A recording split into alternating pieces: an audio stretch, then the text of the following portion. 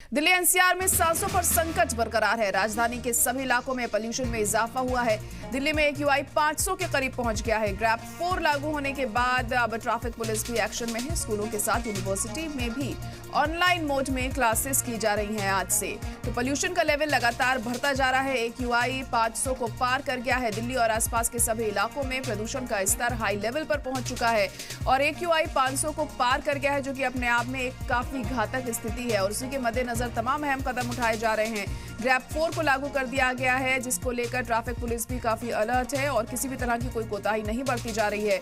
तमाम स्कूलों को बंद कर दिया गया है। ऑनलाइन क्लासेस चल रही हैं। तमाम स्कूलों में, यूनिवर्सिटीज में भी ऑनलाइन मोड में ही क्लासेस हो रही हैं। अब कब तक ये हालात यहाँ बने रहते हैं, ये अहम होगा यहाँ पर देखना, क्योंकि हर साल यही स्थिति बनती है और दिल्ली सरकार की तरफ से कई अहम कदम उठाए जाते हैं और इस बार भी कई तरह की चीजें यहाँ पर लागू की जा रही हैं ताकि इस प्रदूषण से बचा जा सके। इस पोल्यूशन का जो असर है वो हम कोशिश करें कि कम से कम हमारे ऊपर हो, लेकिन जब बहुत जरूरी है तो घर से निकलना ही होगा आम आदमी को। लेकिन अगर जरूरी नहीं है तो आप घर में ही रहें। खासतौर से जो बुजुर्ग हैं, बच्चे हैं, उनमें काफी ज्यादा हम देखते हैं बीमारियां पैदा होती हैं इस तरह के हालातों में। खासतौर से सांस की बीमारी की दिक्कत पेश आती है ऐसे में।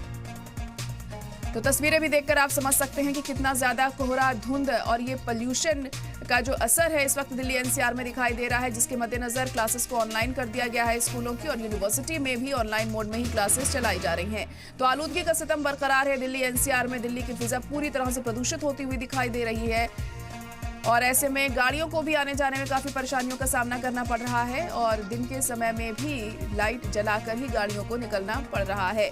तो अब कब तक ये हालात सुधरते हैं, ये अहम होगा। आपको बता दें कि सीएम आतिशी ने कल एक प्रेस कॉन्फ्रेंस भी की और उस दौरान उन्होंने पड़ोसी राज्यों में पराली जलाने को ही जिम्मेदार ठहराया है इससे प्रदूषण को, जो कि हर साल यही कहा जाता है दिल्ली सरकार की तरफ से और इस साल भी यही वजह इसके पीछे बताई जा रही है। हालांकि जो बीजेपी अपोजिशन है पूरी तरह से आम आदमी पार्टी सरकार को घेरने में लगा हुआ है इस मुद्दे पर और उनका साफ तौर पर कहना है कि एक बार फिर यहाँ लापरवाही बरती गई है और सिर्फ दावे और वादे हर साल की तरह किए जा रहे हैं प्रदूषण से बचने के लिए, इस पर रोक लगाने के लिए।